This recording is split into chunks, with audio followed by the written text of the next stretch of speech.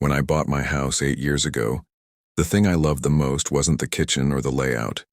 It was the back garden. The previous owner had spent years turning it into a certified conservation habitat, full of native plants, butterflies, and pollinators. It wasn't just a garden. It was a living ecosystem. My grandmother used to say it looked like a painting that changed every week. In the spring, the entire yard filled with monarch butterflies. Kids in the neighborhood would come to watch caterpillars turn into chrysalises. The garden had been featured in the local newspaper. It was legally protected under the state's Native Species Preservation Act. I kept every document, every certificate, every approval. The HOA knew about it too. They complained occasionally about overgrowth, but legally they couldn't touch it. My yard had special status, and they hated that I had something they couldn't control.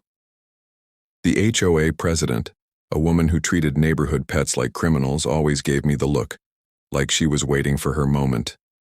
That moment came one Saturday morning. I woke up to the grinding sound of machinery. At first I thought it was my neighbor mowing his lawn early again.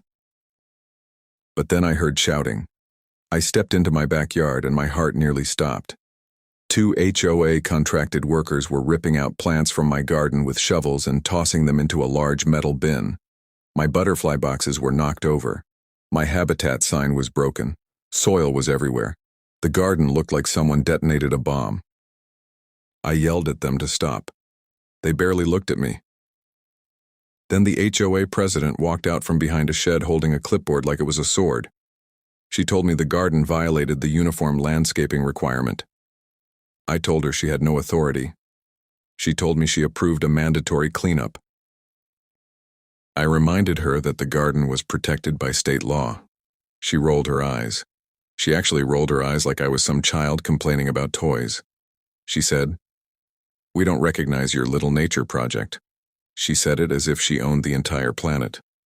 One of the workers hesitated, but she snapped her fingers and said, "Keep going." I started recording everything. The destruction, the workers pulling out milkweed that took years to grow, the smashed chrysalis box, the uprooted nectar plants, the soil thrown everywhere, the HOA president telling me I'd be fined for obstruction if I kept interfering. She stood in the middle of the yard, hands on her hips, and told me I should be grateful because she was restoring order. She even said the butterflies were messy. The butterflies. That's when I realized she had no idea what she had done. None. I didn't argue, I didn't scream, I went inside, and I called the state conservation office. The officer who answered asked me to send photos. I sent everything. Within 40 minutes, a truck pulled up in front of my house. 2 officials stepped out and inspected the yard. They took samples, measurements, photos. Then the officer asked the HOA president who authorized the destruction. She proudly said, "I did." She actually smiled. The officer asked her if she had a conservation disturbance permit. She had no idea what that even meant. She said, "This is HOA property management. We don't need your permission."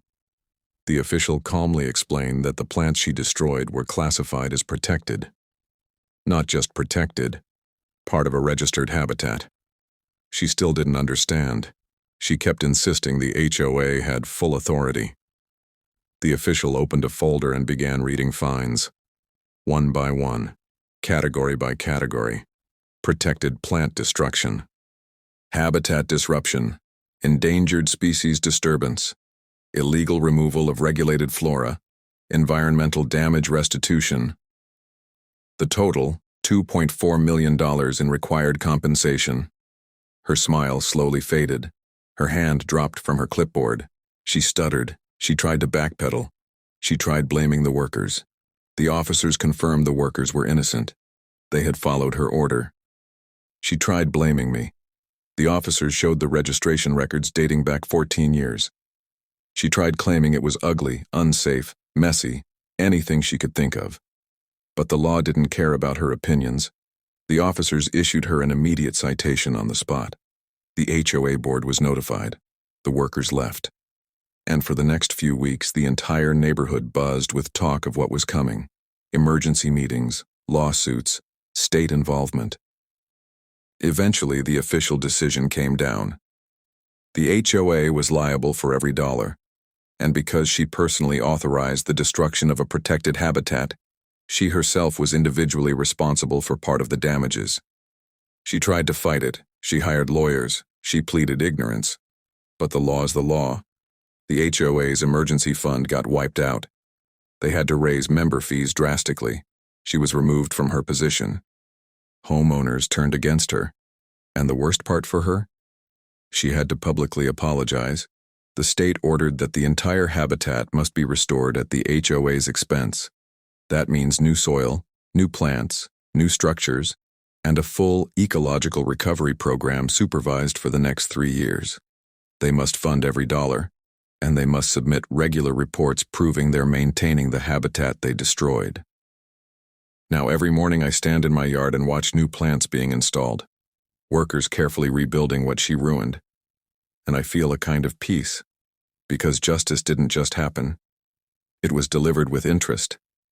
And whenever I see butterflies flutter through the air, I can't help but smile. They came back and they're not going anywhere. As for the HOA, they learned a lesson the expensive way. Never touch what you don't understand, especially when it's protected by law. If you enjoy stories where entitled HOAs get exactly what they deserve, hit subscribe. You don't want to miss what's coming next. I hope you liked this video. Don't forget to subscribe my channel and like this video. Thanks for watching.